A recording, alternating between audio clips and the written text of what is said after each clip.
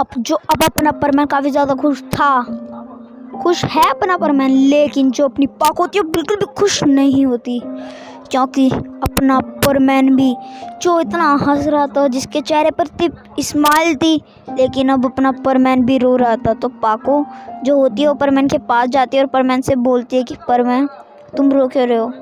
तो फिर परमैन बोलता है कि पाको मुझे ऐसा कहीं ना कहीं ज़रूर लगता है, हो सकता है मैं स्पेस में जाऊं और कभी वापस आ ही ना पाऊं। तो पाको ये बात सुनकर एकदम रोने लग जाती है और सीधा उड़ते उड़ते अपने घर पे पहुंच जाती है। और ये देख के परमैन भी चला आता है और परमैन एक बिल्डिंग के कोने पे बैठकर उसके टावर पे रो रहा होता है।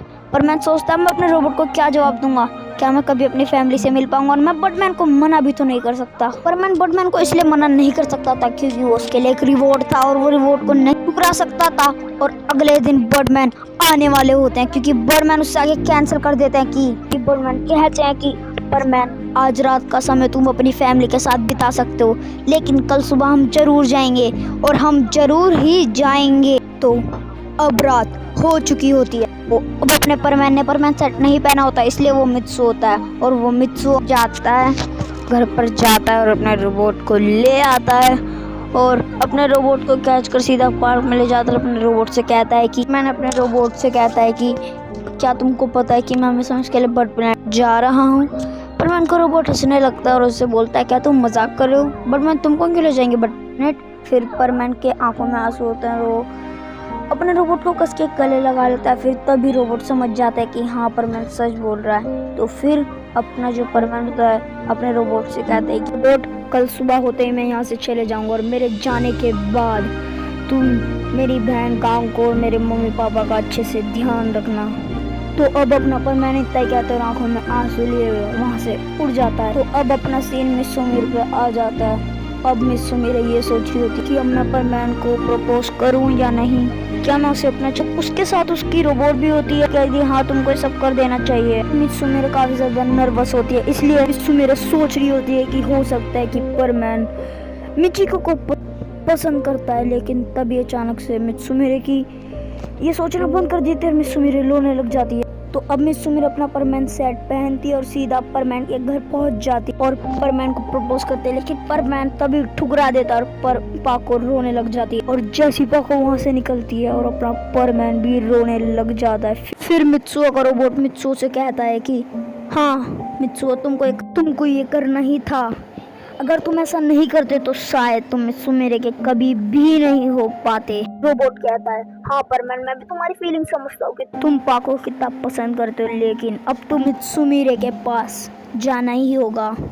लेकिन परमैन नहीं जाना चाहता, पाको के पास ही जाना चाहता। और बारिश हो रही होती है और अपना परमैन उड़ते उड़ते अब मित्सुमिरे घर पहुँच चुका होता है और मित्सुमिरे देखता है कि मित्सुमिरे रो रही होती है।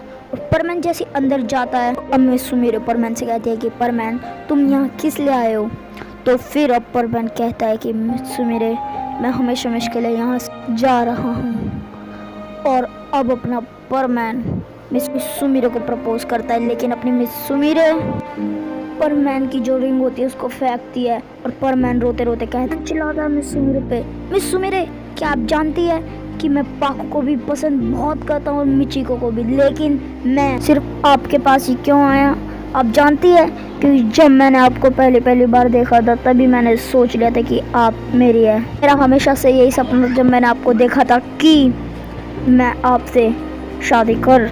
अब सुबह हो चुकी होती है और अपने जो बर्डमैन होते हैं सभी परमैन्स को बुला ले। अब अपने बर्डमैन कहते हैं अब मित्सुओ तुम्हारा चलने का समय आ चुका है और तुम अब अपने दोस्तों से मिल सकते हो जितना चाहो। सबसे ज़्यादा दुखी होता है अपना बूबी, पयान भी बहुत दुखी होता है, लेकिन सबसे ज़्यादा दुखी बूबी होता है और उसके बाद सबसे ज़्यादा दुखी अपनी होती है पाको। परमैन के वहाँ से जाने के बाद मित्सुमिरे ने अपने रोबोट को ऑन किया था और अपने परमैन को मित्सुमिरे का रोबोट मित्सुमिरे से कहता है कि सुनो पाको क्या तुम जानते हो परमैन तुमको कितना पसंद करता है। मैं भी जानती हूँ। पाको परमैन को एक बार बर्डमैन की स्पेसशिप के पीछे बुलाती है, अपना फेस परमैन को दिखा देती है और फिर परमैन बोलता है पाको मुझे माफ कर दो। तो बर्डमैन अपनी स्पेसशिप पे बैठ जाते हैं और परमैन को भी बिठा लेते हैं और अब मैन जा रहा होता है।